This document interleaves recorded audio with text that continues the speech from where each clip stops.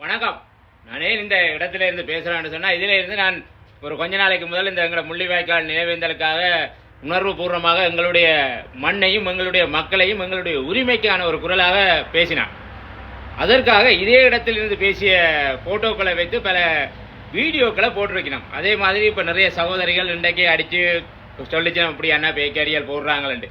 ஒன்று மட்டும் நினைத்துக் கொள்ளுங்க, உண்மையாகவே தமிழ் தாயின் மார்பில் பால் குடித்து தமிழ் மண்ணை நேசித்து தமிழையும் தமிழ் மக்களையும் நேசிக்கும் ஒரு மனிதனால், ஒரு மண்ணின் மைந்தனால் அப்படி பேக்கடி போட்டு எங்களுடைய பெண்களை மானவங்கப்படுத்த முடியாது. என்னுடைய மொழியை கொச்சப்படுத்துகிறாய் என்று சொன்னால், என்னுடைய மொழியில் எவ்வளவு இனிமையான வார்த்தைகள், கவிதைகள், உலகம் பூராக முதல் தோன்றிய மொழி, எத்தனையோ புத்தகங்கள், எத்தனையோ புராணங்கள், எண்ணில் அடங்காத சொற்கள், எண்ணில் அடங்காத இனிமையான வார்த்தைகள். அப்படிப்பட்ட ஒரு மொழியை ஒரு அவதூறான வார்த்தைகளாலும் ஒரு கேவலமான வார்த்தைகளாலும், ஒரு பெண்மையை கேவலப்படுத்தும் வார்த்தை, நீ யாராக இருந்தாலும், பெண்ணாக இருந்தாலும் ஆணாக இருந்தாலும் ஒரு தாய் தான் என்றிருப்பாள்.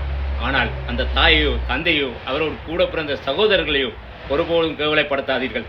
பிழை அவரிடம்தான். யார் பேக்கேறி போடுகிறார்களோ அவர்கள்தான் பிழையானவர்கள். தயவு செய்து நீங்களும் எங்களுடைய சகோதரர்களை, உங்களையும் நாங்கள் ஏற்றுக்கொள்கிறோம். ஏன் இப்படி தப்பான வேலைகளை செய்கிறீர்கள்? ஒன்று புரிந்து கொள்ளுங்க, மலையிலிருந்து நீர் வீழ்ச்சி வருகிறது, அது ஆறாக ஓடுகிறது. ஒன்று புனித கங்கையில் விழுகிறது, அது புனித நீராகிறது. தீர்த்த கிணறு விழுகிறது, அது தீர்த்தமாகிறது. கிணறில் விழுகிறது, நாங்கள் குடிக்கிறோம். சாக்கடையில் விழுகிறது, மூக்கை பொத்திக்கொண்டு கடந்து செல்கிறோம். அப்படித்தான் ஒரு தாய் 4 பிள்ளைகளை பெறுகிறாள். அதில் ஒரு பிள்ளை தப்பானதாக பிறந்து விட்டது. என்ன செய்வது? அதை ஒதுக்க முடியுமா? சாக்கடையில் இருக்கும் என் சகோதரர்களே, சகோதரிகளே, எழுந்து வாருங்கள்.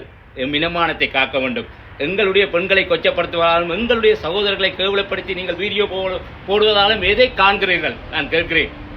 நான் இதை உண்மையாகவே ஆதங்கத்தில் சொல்கிறேன். எனக்காக பேசவில்லை. எம்முடைய சகோதரர்கள், எங்களுடைய இனம், நாங்கள் எழுச்சி மிக்க இனமாக வாழ வேண்டும். நாங்கள் ஒருவரை ஒருவர் காயப்படுத்தி, கஷ்டப்படுத்தி, அவர்களுடைய மனதை சஞ்சலப்படுத்தி வாழக்கூடாது. ஒன்று புரிந்து கொள்ளுங்கோ, மனிதர்கள் விடலாம், சட்டம் விடலாம், ஆனால் இந்த பிரபஞ்சமும் இயற்கையும் உங்களை விட்டு வைக்காது. யாருடைய மனதையும் காயப்படுத்துவது, சஞ்சலப்படுத்துவது, நல்ல மனிதர்களை கேவலப்படுத்துவது, தோட்டாக்கள், துப்பாக்கி, கத்தி, கோடாரி, அதை விட வலிமையானது, கூர்மையானது, உங்களை தடம் தெரியாமல் அழித்துவிடும். புரிந்து கொள்ளுங்கோ. இந்த உலகம் ஏதோ சுத்துகிறது, நாங்கள் வாழ்கிறோம் இல்லை. ஏதோ ஒரு சக்தி எங்களை இயக்கி கொண்டிருக்கிறது. நாங்கள் ஒவ்வொருத்தரும் ஒவ்வொரு மதத்தை, நான் இந்து என்று என்னுடைய சகோதரன் முஸ்லீம் இருக்கிறான், என்னொரு சகோதரன் கிறிஸ்டியன் இருக்கிறான். எல்லோரும் ஏதோ ஒரு சக்தியை நாங்கள் வணங்கி கொண்டிருக்கிறோம். அந்த சக்தியிடம் இருந்து, இந்த பிரபஞ்சத்திடம் இருந்து நீங்கள் தப்பித்து விட முடியாது. ஆகவே தயவு செய்து உங்களை கேட்கிறேன், சகோதரர்களே, சகோதரிகளே, இந்த சாக்கடையை விட்டு வெளியே